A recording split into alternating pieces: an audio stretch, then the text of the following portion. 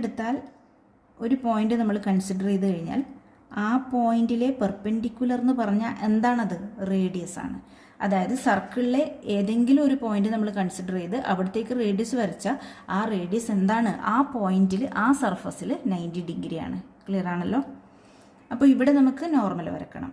ഇവിടുത്തെ നോർമൽ എന്ന് പറഞ്ഞു കഴിഞ്ഞാൽ എന്താ? ശരിക്ക് അതിൻ്റെ റേഡിയസ് ആയിരിക്കണമല്ലോ ഈ പോയിന്റിൽ വരക്കുന്ന റേഡിയസ്. അപ്പോൾ നമ്മുടെ നോർമൽ എന്ന് പറഞ്ഞാൽ ഇതാണ്. റേഡിയസും ആ പോയിന്റും ജോയിൻ ചെയ്ത് വരക്കുക. കണ്ടോ?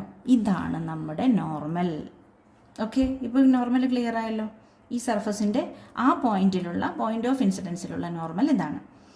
ഇനി ഈ ലൈറ്റ് റേ ഇങ്ങോട്ടേക്ക് റിഫ്ലക്റ്റ് ചെയ്യുമെന്ന് പറഞ്ഞു അല്ലേ? അപ്പോൾ എന്തുണ്ടാവണം? ശരിക്കും പറഞ്ഞാൽ ആംഗിൾ ഓഫ് ഇൻസിഡൻസും ആംഗിൾ ഓഫ് റിഫ്ലക്ഷനും ഈക്വൽ ആവുന്ന രീതിയിൽ വേണം ഇത് റിഫ്ലക്റ്റ് ചെയ്ത് വരാൻ. കണ്ടോ?